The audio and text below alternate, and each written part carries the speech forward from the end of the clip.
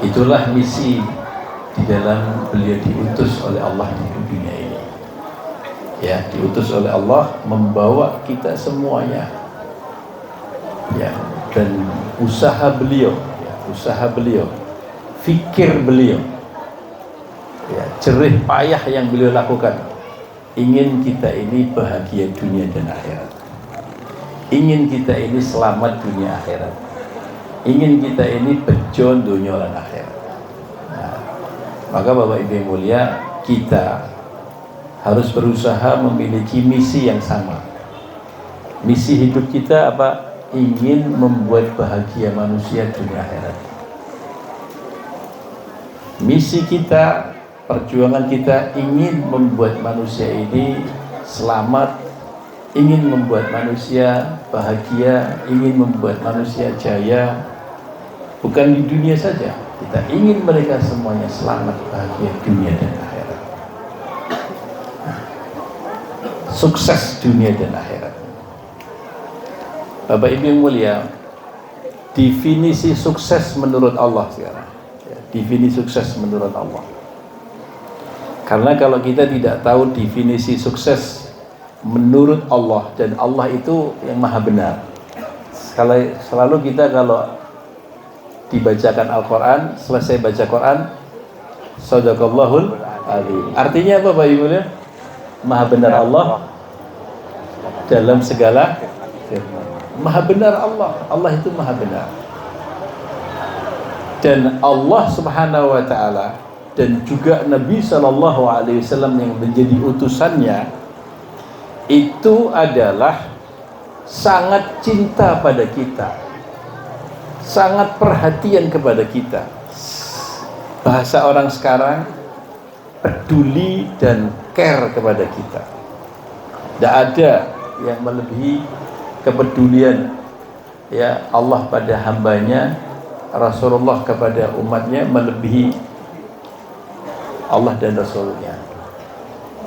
Sehingga akan selalu memberi petunjuk, selalu memberikan kepada kita tuntunan demi kejayaan kita, demi kebahagiaan kita, demi keselamatan kita, demi kenikmatan kita. Bapak Ibu yang mulia, kita ini punya ibu kandung, ya, punya bapak kandung, dan mungkin sebagian di antara kita yang punya anak. Ya, ibu-ibu ini punya anak, bapak-bapak ini punya anak. Kita selalu merencanakan bagaimana terhadap anak kita. Atau kita punya ibu dan bapak, bagaimana rencana beliau pada diri kita. Rencananya adalah akan memberikan yang terbaik. Betul apa enggak? Pernahkah kita merencanakan jahat atau buruk kepada anak kita?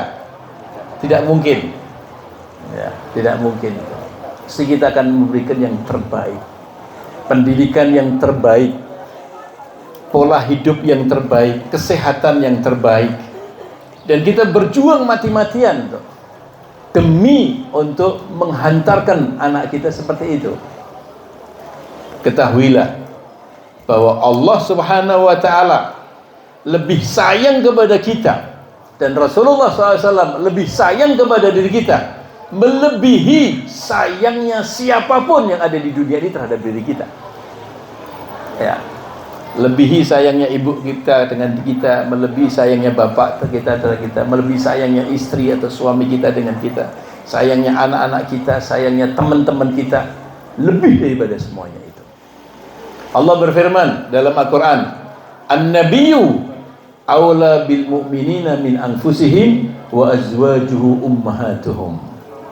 Nabi Muhammad SAW itu aula, makna aula itu adalah ahabbu, ya, lebih mencintai, lebih melindungi, lebih peduli, lebih ngayomi, ya, kepada diri kita, melebihi diri kita, melindungi, ngayomi, mencintai pada diri kita sendiri.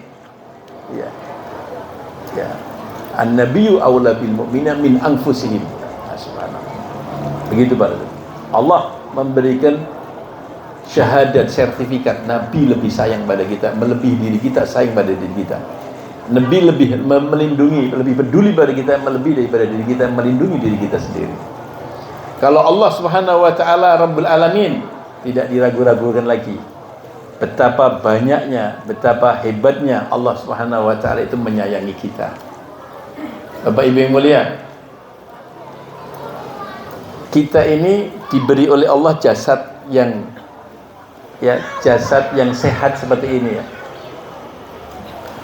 Pernah ibu-ibu, bapak-bapak minta mata enggak sama Allah? Enggak pernah kan? Dikasih mata oleh Allah untuk bisa melihat. Pernah kita minta sama Allah diberi akal yang sehat? Tidak pernah kan? Allah kasih akal kita sehat. Kita diberi telinga, kita diberi badan yang sempurna seperti ini, kita diberi rezeki, kita diberi makan minum, kita dilindungi oleh Allah. Bapak Ibu yang mulia, kita ini diberi udara, yang udara ini isinya hal-hal yang kita butuhkan dalam diri kita. Kita hirup seperti ini, kita menghirup oksigen, yang oksigen ini sebagai zat untuk pembakaran dalam tubuh kita. Pernah kita membayar untuk itu? Tidak pernah kita membayar ya. Bapak Ibu, kita dilindungi oleh Allah, dipelihara sel tubuh kita. Menurut sebagian dokter, tubuh manusia ini lebih dari 100 triliun sel.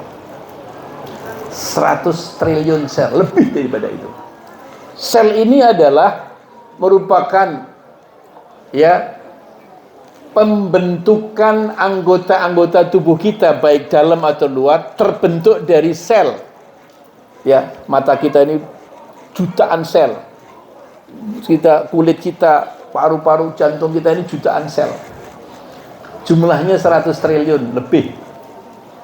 Bapak Ibu yang mulia, kalau seandainya untuk memberi makan sel, melindungi sel, memelihara sel, ya kita suruh bayar 1 rupiah dalam 1 bulan. 1 rupiah saja. Ya, 1 rupiah itu bukan, kalau zaman dulu saya kecil ada uang 5 rupiah, mangpiah kata orang. Mangpi ya. Mangpi. Itu 5 rupiah, enggak, 1 rupiah. Ya, 1 rupiah, 1 rupiah itu. Kita suruh bayar 1 bulan untuk makannya sel, pelindungan sel, pemeliharaan sel, suruh bayar 1 rupiah per bulan. Berarti Bapak Ibu harus menyiapkan uang 100 triliun rupiah setiap bulan. Ya. Wah, susah. Sudahlah 1 tahun. 1 tahun untuk ngasih makan sel, memelihara sel, bayar 1 rupiah. Berarti 100 triliun. Siapa kira-kira yang mampu kita? Tidak ada satupun orang yang mampu di dunia ini untuk membayar itu. Masya Allah, kita dilindungi oleh Allah, kita dikasih makan oleh Allah, ya, kita dipelihara oleh Allah. Sel-sel tubuh kita ini tidak pernah Allah meminta bayaran pada diri kita, sehingga kita bisa bernafas dengan enak, kita bisa melihat dengan enak, kita bisa mendengar dengan enak, kita bisa berjalan dengan enak. Kita tinggal makan saja, Masya Allah, bisa menikmati makanan, kemudian Allah sendiri secara otomatis sudah akan memberikan. Ini tanda kebesaran Allah, kecintaan Allah pada diri kita. Ya, semua disiapkan oleh Allah yang luar biasa untuk diri kita. Kemudian Nabi Muhammad SAW yang difirmankan oleh Allah tadi, bahwa beliau sayang dan cinta pada diri kita. Kemudian ingin kepada diri kita, menuntun kepada kita supaya kita bisa dihantarkan kejayaan dan kebahagiaan itu tidak terbatas ketika kita selama di dunia yang fana dan sementara ini. Allah inginkan kepada kita supaya kita selamat nanti di kuburan, di mahsyar, di titian sirat, sampai kita di surga oleh Allah Subhanahu wa taala, kekal abadi di sana. Asalkan kita mau dituntun, asalkan kita mau mengikuti petunjuk dengan baik. Nah, sekarang ini tuntunan Allah. mengenai definisi jaya menurut Allah, supaya kita tahu ini loh jaya itu seperti itu. Allah berfirman, "Wa man zuhziha 'anil nar wa udkhilal jannata faqad faz wa mal hayatud dunya illa mata'ul ghurur." Siapa yang dibebaskan dari neraka, dimasukkan ke dalam surga, sungguh itulah orang-orang yang berjaya. Itulah orang yang sukses. Adapun kehidupan dunia ini, wa mal hayatud dunya illa mata'ul ghurur. Adapun kehidupan dunia ini adalah kenikmatan yang menipu. Kenikmatan yang menipu. Tipuan saja. Artinya tipuan ya tidaklah nyata dan hanya fata morgana dan sementara. Karena sementara jadi tidak nyata, tidak asli. Kenikmatan yang tidak asli itu, kenapa disebut kenikmatan yang tidak asli? Ya, segala sesuatu yang tidak asli kan akan hilang dengan mudah. Hanya titipan sementara. Itulah kehidupan dunia. Maka kehidupan dunia yang fana yang seperti ini, Bapak Ibu yang mulia, kita gunakan untuk memperoleh kejayaan tadi itu. Apa itu kejayaan kita? Kita bagaimana usaha untuk diri kita dan seluruh masyarakat, bagaimana mereka terbebas dari neraka dan masuk surganya Allah Subhanahu wa taala. Amin ya rabbal alamin. Bapak Ibu yang mulia, peristiwa hijratun Nabi Muhammad sallallahu alaihi wasallam dari Mekah menuju Madinah Munawwarah yang saat malam ini kita peringati adalah merupakan cerminan perjuangan sang Rasul sallallahu alaihi wasallam untuk membawa Islam ini ya bisa tersebar luas di seluruh penjuru dunia. Orang-orang Quraisy ya yang menjadi bala tentaranya iblis dan syaitan berjuang untuk memboikot Rasulullah, bahkan membunuh Rasulullah dan para sahabat-sahabatnya, sehingga tidak lanjut dalam perjuangan Islamnya. Dan perjuangan itu terus berlanjut, iblis dan syaitan dan bala tentaranya, hingga nanti di akhir zaman. Karena dendamnya iblis kepada Nabi Allah Adam, dan dendam tersebut berlanjut kepada anak cucu Adam. Bagaimana anak cucu Adam ini akan diseret oleh iblis menjadi teman-temannya ke dalam neraka jahanam. Maka Allah Subhanahu wa taala dengan kasih sayangnya diutuslah setiap zaman sang Rasul dan ditutup menjadi sebagai Rasul kita Nabi besar Muhammad sallallahu alaihi wasallam, penutup akhir zaman, Rasul yang terakhir, terus menuntun kepada kita, dan tuntunannya dilanjutkan oleh para sahabat dan keluarganya, dilanjutkan oleh para alim ulama yang menjadi pewarisnya sampai hari kiamat, menuntun kepada kita dengan membawa Al-Quran, dengan membawa sunnah Rasulullah, membawa adabnya Rasulullah, membawa akhlaknya Rasulullah, ya, menuntun kepada kita agar kita semuanya kesempatan hidup yang sementara ini digunakan untuk sangu kita, bekal kita menuju alam akhirat yang kekal abadi selama-lamanya, itu akan masuk dalam surga dan terbebas dari neraka. Bapak Ibu yang mulia, maka kita harus selalu waspada, ya, waspada. Bagaimana kita bisa terhindar dari godaan iblis dan syaitan. Bapak Ibu yang mulia, iblis dan syaitan itu dijuluki oleh Allah Subhanahu wa taala dengan julukan Al-Khannas. Allah berfirman, "Qul a'udzu birabbin nas, malikin nas, ilahin nas, min syarri waswasil khannas." Dari kejahatan bisikan-bisikan si khannas itu. Apa itu khannas?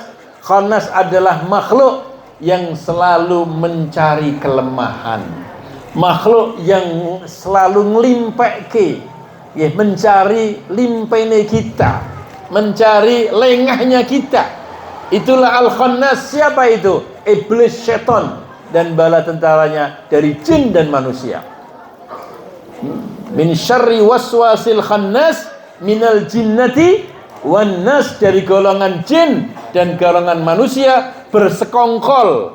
Jin dan manusia yang menjadi bala tentaranya iblis tadi nyari kelemahan kita untuk geret kita ke dalam neraka. Bapak Ibu yang mulia, jalan untuk selamat gimana? Jalan untuk selamat terhadap tipu daya iblis dan setan tadi, Bapak Ibu yang mulia, satu saja. Berpegang teguhlah kita dengan tuntunan Rasulullah sallallahu alaihi wasallam.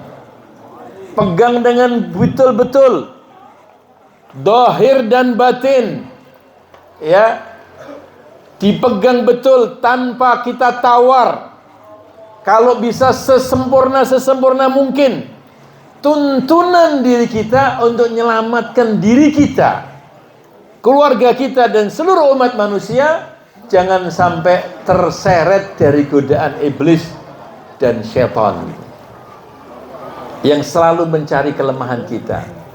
Bapak Ibu yang mulia, tanpa kita mengikuti caranya Nabi Muhammad, jalannya Nabi Muhammad, sulit kita untuk bisa menghindar dari, ya, sulit kita untuk bisa terhindar dari karena liciknya iblis.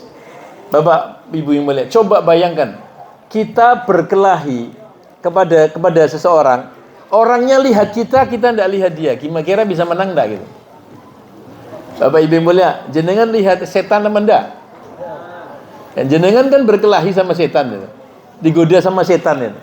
Itu musuh kita, tahu kelemahan kita, bayi riset, bayi hal tentang riset dan detail data kita ini, siapa kita, kelemahan kita di mana, ngerti persis.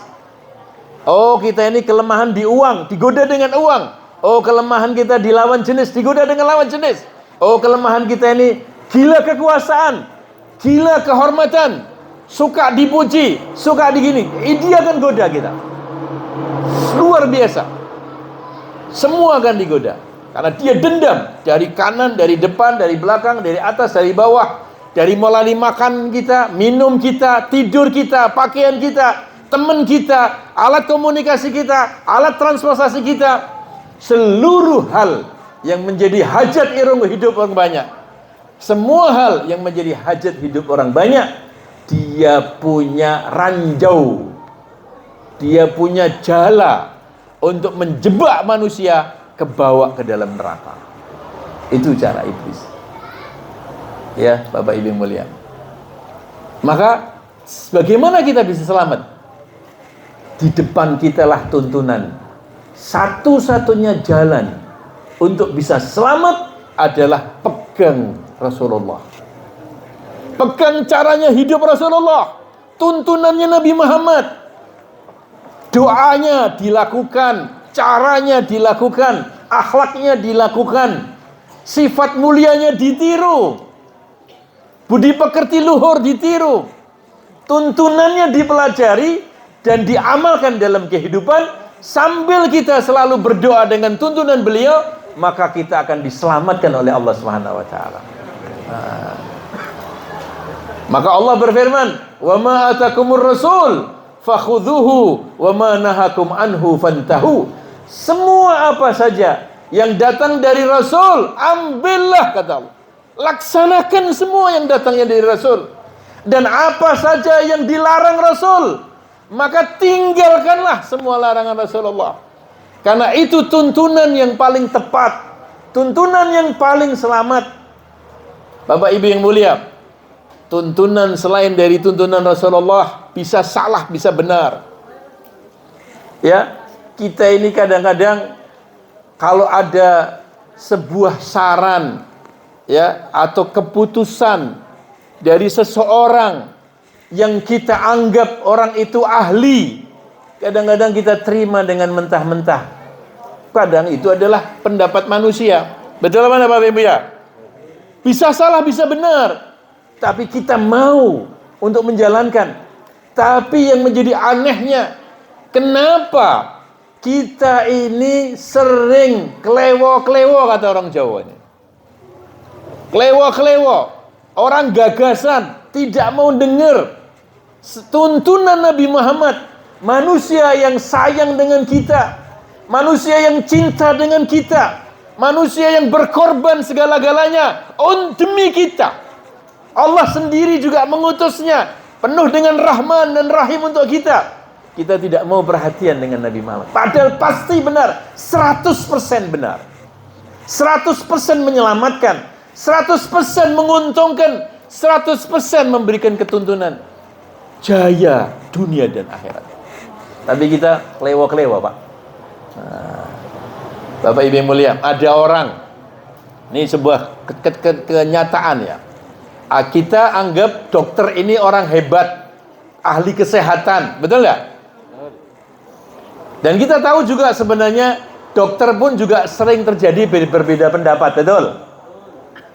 Dan belum tentu juga sebuah keputusannya mutlak 100% benar, belum tentu. Maka kadang-kadang kita perlu harus konsultasi 1, 2, 3, 4, 5, 6. Kalau perlu kita ke luar negeri dan sebagainya.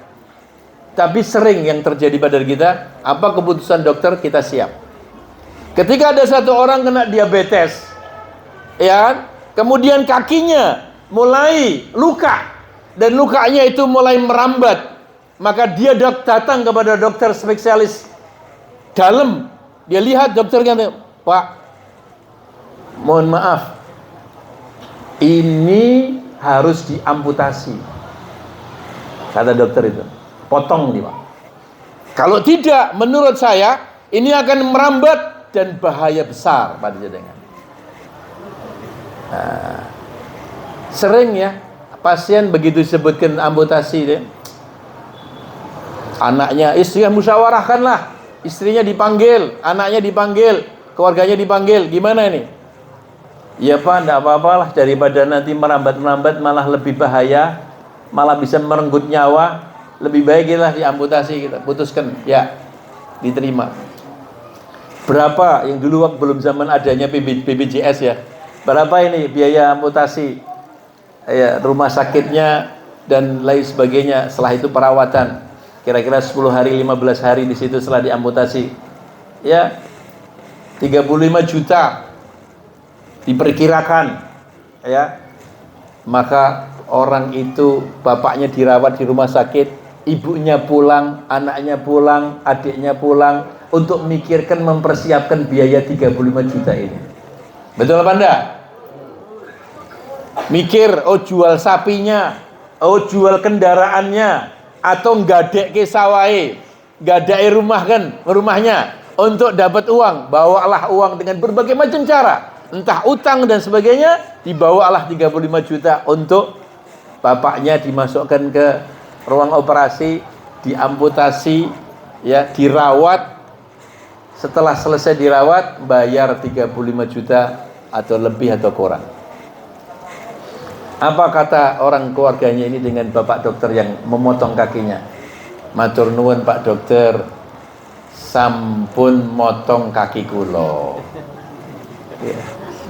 Semua matur nuwun dengan ikhlasnya datang membawa uang berjuta-juta untuk dipotong kakinya, datang dengan membawa kaki yang utuh, pulang sudah tidak membawa kaki dengan bayar mahal, dan habis itu ngomong matur nuwun.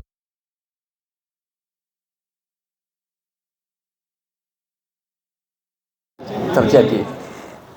Bapak Ibu yang mulia, pertanyaannya, apakah betul keputusan dokter itu harus diamputasi? Belum tentu, wallahu alam. Tapi kita percaya seperti ini.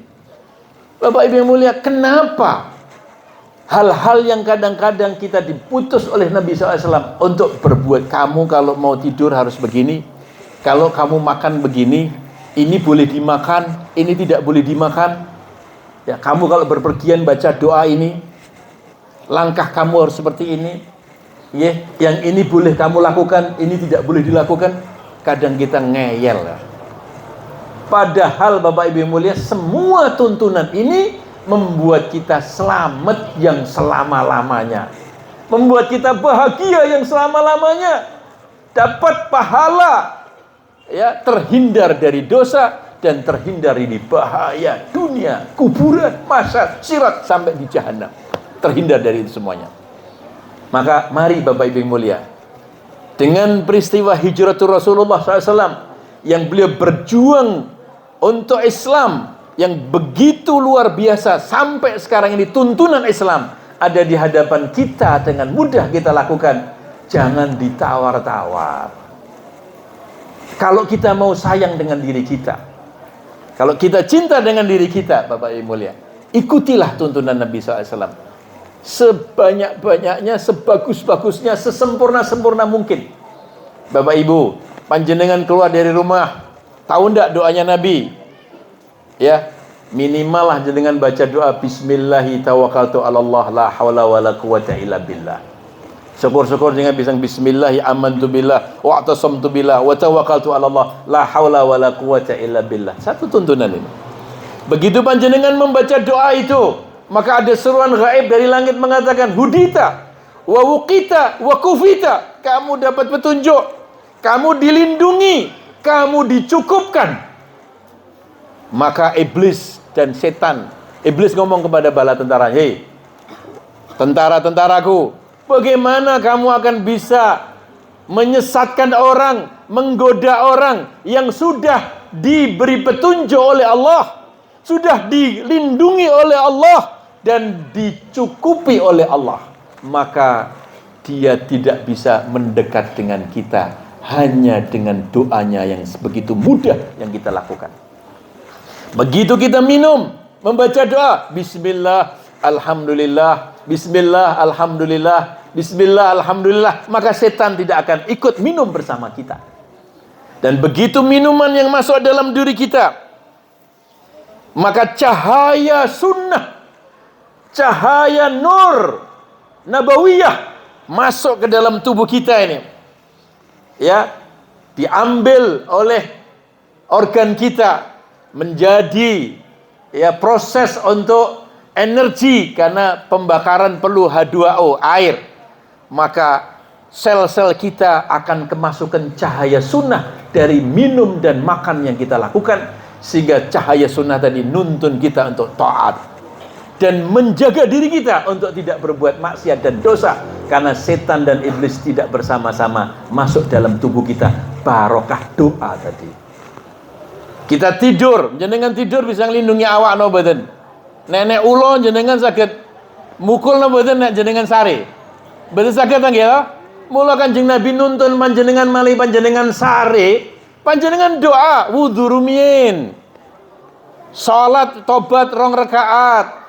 Bar niku jenengan sare maca mawon bismillah bismika Allahumma ahya wa bismika amut, syukur-syukur jenengan maca Al-Fatihah, maca ayat kursi, Qul huwallah, falak, anas, dan ditiupkan dalam tangan kita dan disebarkan ke seluruh tubuh. Habis itu baca lagi Qul huwallah ahad, falak, anas, ditiupkan lagi, sebarkan ke seluruh tubuh, susapkan seluruh tubuh. Yang ketiga juga demikian.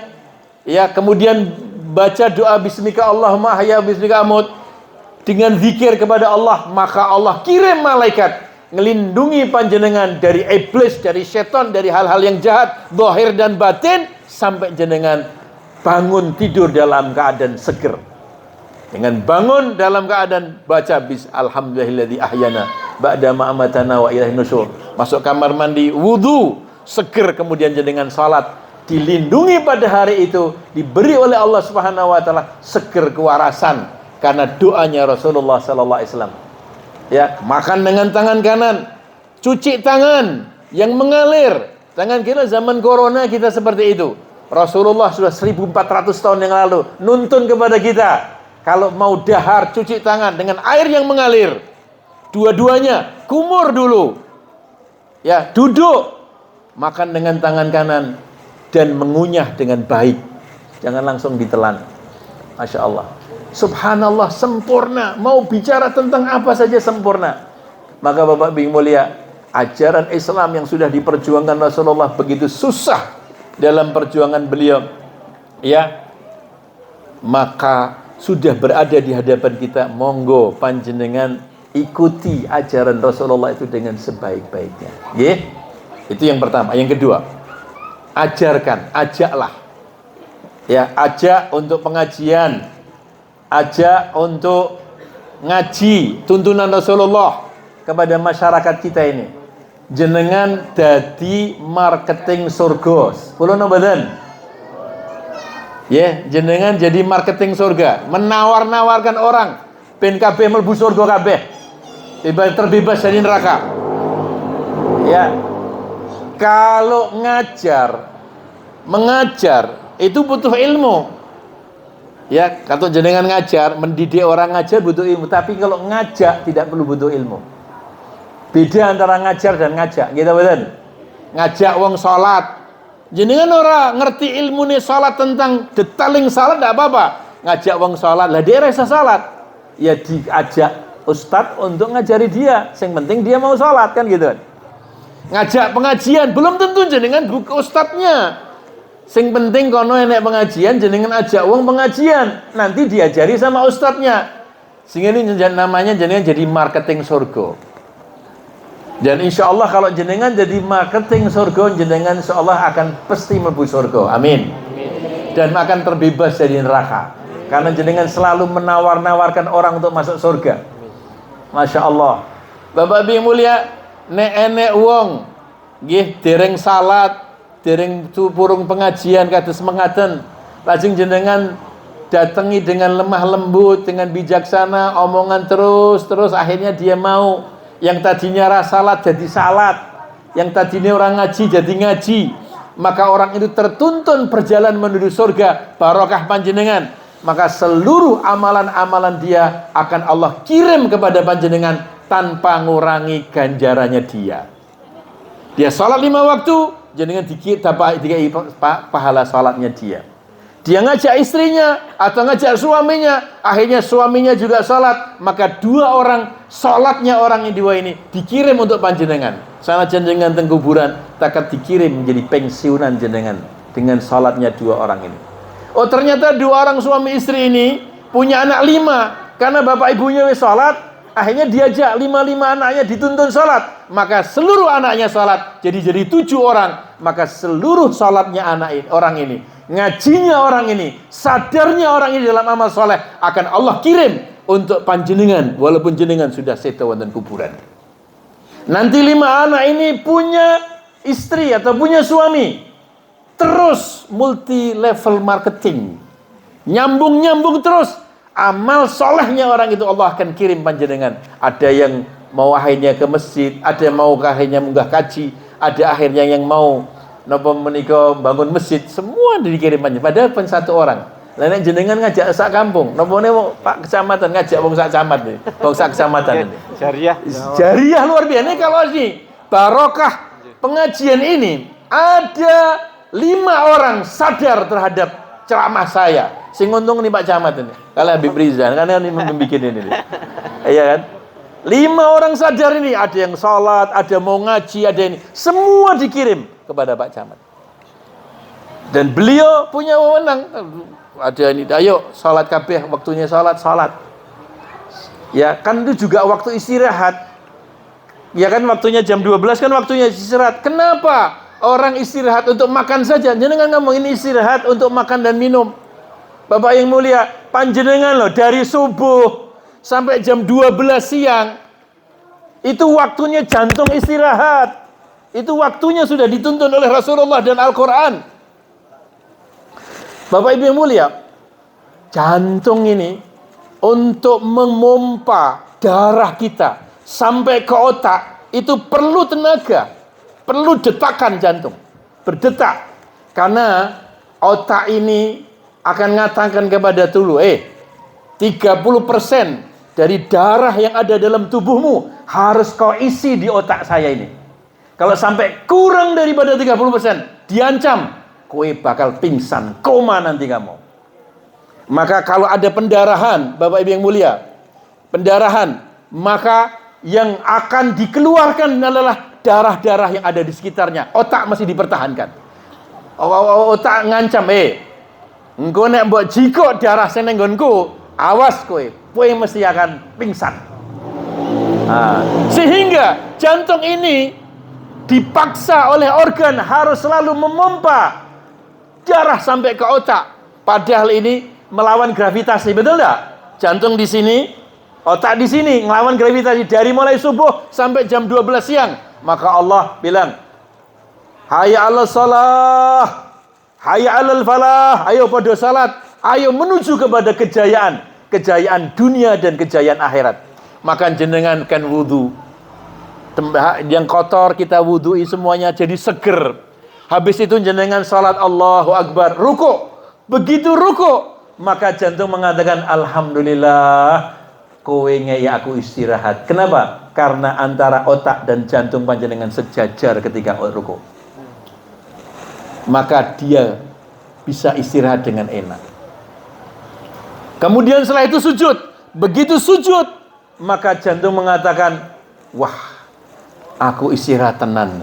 Kenapa? Karena otak panjenengan lebih bawah daripada jantung panjenengan.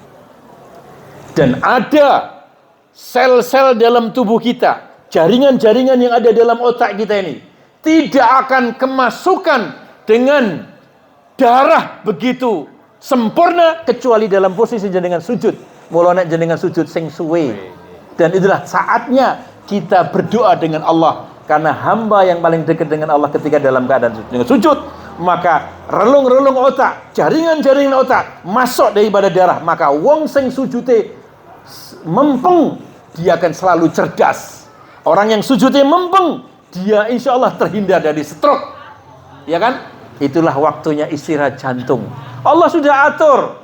Jenengan ngeyel wis jam 12 diadzani, hayya 'alas shalah, hayya 'alal falah, ngeyel kerja terus. Akhir jantungnya ini ya terfosir, akhirnya belum wis jantungan jenengan. Demikian juga asar muncul, demikian juga Masya Allah Bapak Ibu yang mulia, ketika panjenengan ruku, ya panjenengan ruku, panjenengan sujud, itu terjadi relaksasi dan stretching. Kalau bangsa sekarang ini namanya stretching. Bapak Ibu yang mulia, ketika panjenengan berdiri dari mulai subuh berjalan dan sebagainya, tubuh kita ini beban. Jadi ada tulang-tulang yang membuat kita tulang ini agak masuk dikit. Sehingga jenengan tidak percaya Pak, jenengan ukur dengan betul ketika jenengan sebelum tidur, jenengan ukur, dan setelah jenengan salat ya, sehingga jenengan salat, maka jenengan akan tahu bahwa tubuh jenengan akan beda tingginya. Kenapa? Ketika jenengan ruku itu motot, maka ruku itu dengan betul, sujud dengan betul, maka terjadilah relaksasi dan terjadilah stretching tubuh kita, sehat dunia, sehat akhirat, sehat fisik, sehat rohani. Itulah sholat. Dan masih banyak hal-hal keajaiban-keajaiban di dalam tuntunan Islam yang membuat jenengan sehat jasmani dan sehat rohani. Maka Bapak Ibu mulia, lakukan perintah Rasulullah, lakukan tuntunan Islam. Saya doakan insyaallah semuanya selamat dunia dan akhirat. Amin. Semua bahagia dunia dan akhirat. Dan ajaklah manusia untuk melakukan ajaran Islam dengan baik. Ngaji, hadir maulid seperti ini, hadir acara-acara yang baik seperti ini, ya, dan jadi orang. Bersihkan hati, bersihkan pikiran, bersihkan lisan, bersihkan pandangan mata, bersihkan tubuh kita dari hal-hal yang kotor lahir dan batin. Bawa manusia kepada taat kepada Allah. InsyaAllah panjenengan selamat jaya dunia dan akhirat. Amin ya rabbal alamin. Ya Allah, ya Rahman, ya Rahim, ya Hayy ya Qayyum, ya Dzal Jalali Ikram, ya Arhamar Rahimin. Nas'alukal afwa wal afiyah wal mu'afata da'imah fid dini wad dunya wal akhirah. Allahumma inna nas'aluka min khairi ma sa'alaka minhu abduka wa nabiyyuka sayyiduna Muhammadun sallallahu alaihi wasallam wa ibadika salihun, wa na'udzubika min syarri ma sa'alaka minhu abduka wa nabiyyuka Muhammadun sallallahu alaihi wasallam wa ibadika salihun, wa antal musta'an wa alaikal balag wa la hawla wa la quwwata illa billahil aliyyil azim. Rabbana atina fid dunya hasanah wa fil akhirati hasanah wa qina adzabannar wa adkhilnal jannata mabrar ya aziz ya ghafar ya rabbal alamin. Allahumma ij'al hadzal mudir Bapak Camat, yu'ti siha wal afiyah wa jamil habaib wal hadirin wal hadirat, yu'tihim siha wal afiyah tamah zahiran wa batinan wa tul umur fi taatillah, yu'tihim arzaqan katsiratan mubarakatan manfaatan fid dini wad dunya wal akhirah. Allahumma ja'al qudumul hadzal am al abrakal am lana lil muslimin wal anfa'ul am lana wal muslimin.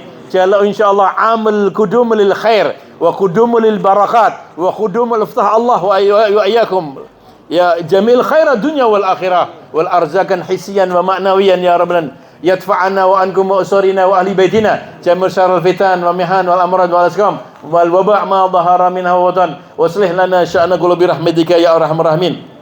ربنا آتنا في الدنيا حسنة وفي الآخرة حسنة وقنا عذاب النار وادخلنا الجنة مبرور يا عزيز يا غفار يا رب العالمين وصلى الله على سيدنا محمد النبي أمي وعلى آله وصحبه وسلم والحمد لله رب العالمين بسر الفاتحة.